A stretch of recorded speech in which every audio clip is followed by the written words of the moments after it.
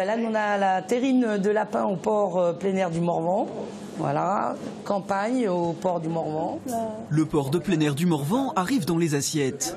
La commercialisation de la viande sous ce nouveau label débute à peine. Et pour ceux qui ont eu l'occasion de la goûter, elle séduit déjà. Elle était très goûteuse.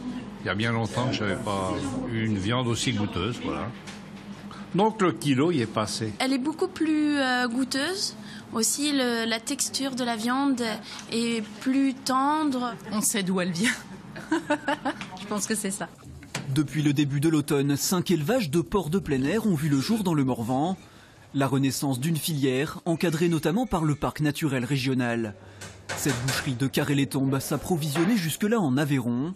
Elle a tout de suite saisi l'alternative locale.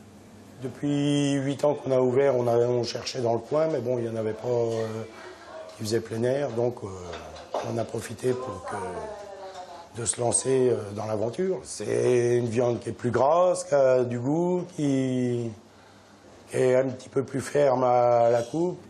Pour l'instant, un porc par semaine est livré ici pour la découpe ou la charcuterie, en attendant l'arrivée de l'été et de la saison touristique pour doubler les commandes. Les gens cherchent de plus en plus à avoir de la viande de proximité. Et c'est vrai que les gens, quand ils viennent dans le Morvan, pour visiter le Morvan, ils veulent des produits du Morvan, quoi. D'autres bouchers du secteur devraient bientôt commercialiser la viande. L'arrivée des premiers jambons au port de plein air du Morvan est-elle prévue pour le début d'année 2020 ?